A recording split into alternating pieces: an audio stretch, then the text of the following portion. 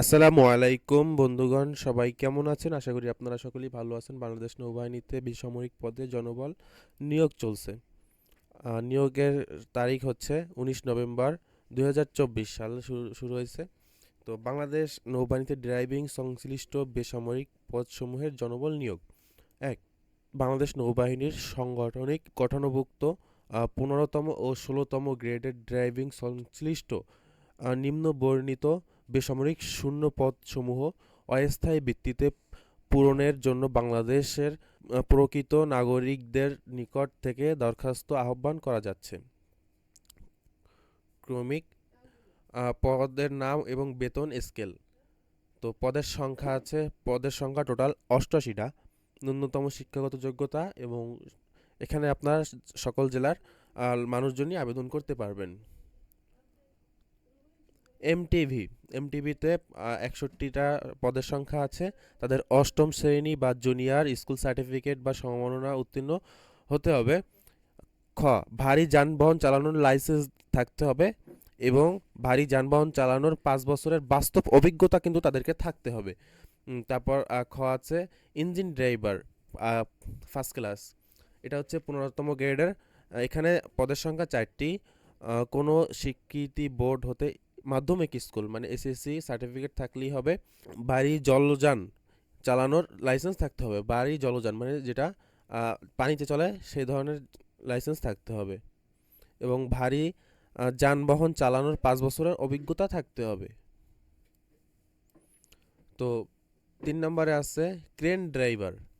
কোনো স্বীকৃতি বোর্ড থেকে মাধ্যমিক স্কুল মানে এসএসসি পাস হলেই চলবে। দ্বিতীয় খ.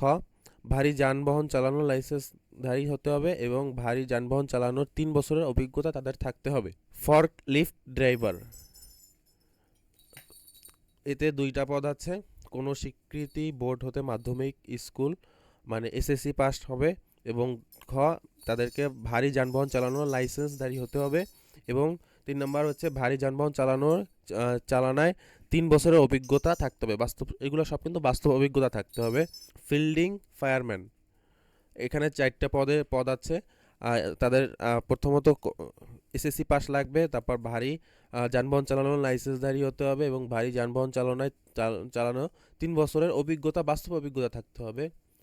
ফায়ার ইঞ্জিন ড্রাইভার, কোনো বাংলাদেশে কোনো স্বীকৃতি বোর্ড থেকে স্কুল মাধ্যমিক স্কুল সার্টিফিকেট বা সমমাননা পরীক্ষায় উত্তীর্ণ হতে হবে। ভারী যানবাহন চালানোর লাইসেন্স থাকতে হবে এবং ভারী যানবাহন চালানোর 5 বছরের বাস্তব অভিজ্ঞতা থাকতে হবে। ইঞ্জিন ড্রাইভার সেকেন্ড ক্লাস, তো কোনো স্বীকৃতি বোর্ড হতে তাদেরকেও এসএসসি পরীক্ষায় উত্তীর্ণ হতে হবে এবং ভারী যানবাহন চালানোর লাইসেন্সধারী হতে হবে এবং সংশ্লিষ্ট কাজে 3 বছরের অভিজ্ঞতা থাকতে হবে।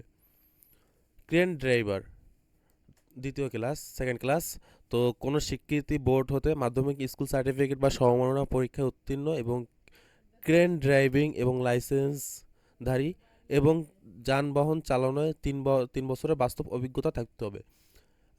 এখানে আপনারা সকল জেলার প্রার্থীগণ আবেদন করতে পারবেন। মোট 88টা পদ রয়েছে। দ্বিতীয়ত, প্রার্থীর বয়স 19 ডিসেম্বর 2024 সালে 18 থেকে 32-এর মধ্যে হতে হবে। 32-এর বেশি হলে হবে না। বয়স প্রমাণের ক্ষেত্রে কোনো এফিডেভিট গ্রহণযোগ্য নয়। সরকারি ও আধা সরকারি ও স্বায়ত্তশাসিত সংস্থা চাকরিরত প্রার্থীগণকে অবশ্যই যথার্থ কর্তৃপক্ষের মাধ্যমে অনুমতি সহ আবেদন করতে হবে এবং মৌলিক পরীক্ষার সময় অনুমতিপত্র দাখিল করতে হবে। এক্ষেত্রে বয়সসীমা শিথিলযোগ্য নয়। 4. সশস্ত্র বাহিনী অথবা সরকারি চাকরি থেকে বহিষ্কার হলে তার আবেদন করা যাবে না, সে আবেদন করতে পারবে না। 5. প্রার্থীর জাতীয় পরিচয়পত্রের তথ্যাদি যথা প্রার্থীর নাম, জন্ম তারিখ, পিতা ও মাতার সাথে শিক্ষা সনদ এবং কাগজপত্রে উল্লিখিত তথ্যাদি সামঞ্জস্য থাকা আবশ্যক, মানে মিল থাকতে হবে। 6. আগ্রহী প্রার্থীকে অনুচ্ছেদের 7 উল্লেখিত ছক অনুযায়ী আবেদন পূরণ করতে হবে। নিম্নবর্ণিত কাগজ ডাকযোগে আগামী 19 ডিসেম্বর 2024 তারিখের মধ্যে পরিচালক, বেসামরিক কর্মচারী পরিষদ, নৌবাহিনী সদর দপ্তর, বনানী, ঢাকা ঠিকানায় 12-13 ঠিকানায় পাঠাতে হবে। সরাসরি অথবা হাতে হাতে কোনো আবেদনপত্র গ্রহণযোগ্য নয়। আবেদনপত্রের সাথে নিম্নবর্ণিত কাগজগুলি সংযুক্ত করতে হবে। কি কি কাগজ সংযুক্ত করতে হবে তার একটা দেওয়া হলো। ক, শিক্ষাগত যোগ্যতার সনদের সত্যায়িত ফটোকপি, হেভি ড্রাইভিং লাইসেন্স বা ভারী জলযান চালানোর লাইসেন্স প্রযোজ্য ক্ষেত্রে এর সত্যায়িত ফটোকপি, অভিজ্ঞতার মূল সনদপত্রের সত্যায়িত ফটোকপি ও জাতীয় পরিচয়পত্রের ফটোকপি।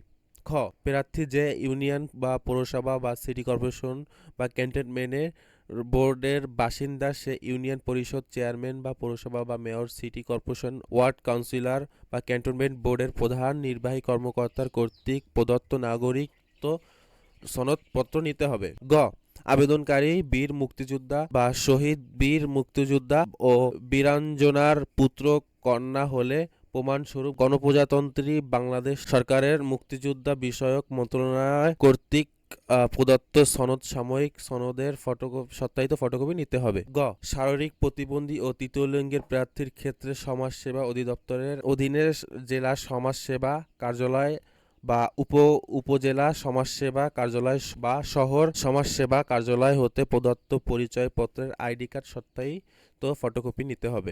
আবেদনকারী ক্ষুদ্র নৃগোষ্ঠী সম্প্রদায়যুক্ত হলে সংশ্লিষ্ট জেলা প্রশাসক কর্তৃক প্রদত্ত সনদপত্রের সত্যায়িত ফটোকপি দিতে হবে।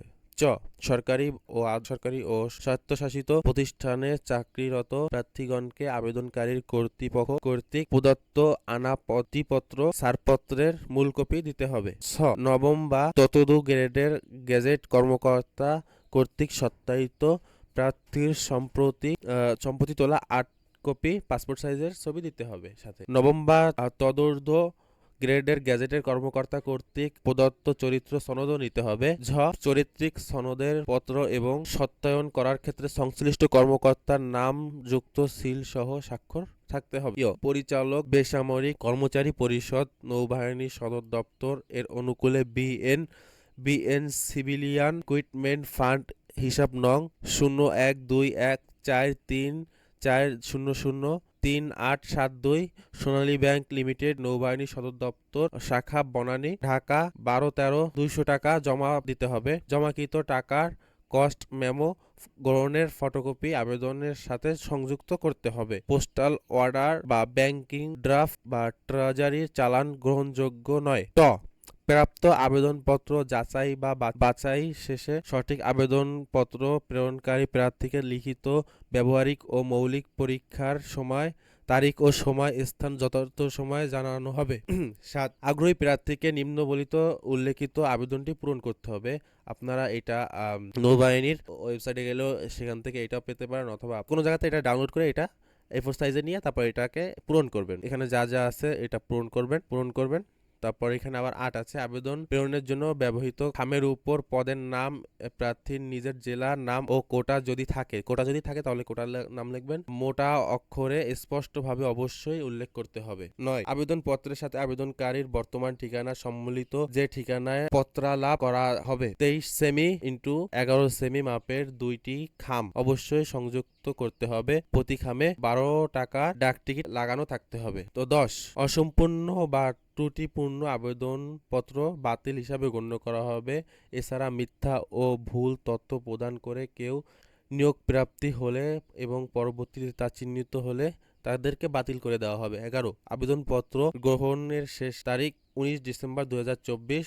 নির্ধারিত তারিখের পর কোনো আবেদনপত্র গ্রহণযোগ্য নয়। 12, প্রার্থী নিয়োগের ক্ষেত্রে সরকারের বিদ্যমান বিধিবিধান এবং পরবর্তী এবং সংক্রান্ত বিধিবিধানে কোনো সংশোধন হলে তা অনুসরণ করা হবে। 13, লিখিত ব্যবহারিক ও মৌলিক পরীক্ষায় অংশগ্রহণের জন্য প্রার্থীকে কোনো প্রকার টিএডি প্রদান করা হবে না। টিএডিএ মানে কোনো টাকা পয়সা প্রদান করা হবে না। 14, কর্তৃপক্ষ বিজ্ঞপ্তিতে উল্লেখিত পদ সংখ্যা হ্রাস বা বৃদ্ধি এবং অনিবার্য কারণবশত নিয়োগ বিজ্ঞপ্তি বাতিল বা নিয়োগ বিজ্ঞপ্তি আংশিক বাতিল করা অধিকার সংরক্ষণ করে। 15, নিয়োগ সংক্রান্ত বিষয়ে প্রতারক চক্রের সাথে কোনো প্রকার যোগাযোগ অথবা আর্থিক লেনদেন থেকে বিরত থাকার জন্য বিশেষভাবে অনুরোধ করা হলো। তো বন্ধুরা, বাংলাদেশ নৌবাহিনীর বেসামরিক পদে যারা আবেদন করতে চান, এখানে হচ্ছে অধিকাংশই ড্রাইভার দেখা যাচ্ছে, যারা মানে তাদের যোগ্যতা আছে, তারা এখানে আবেদন করতে পারেন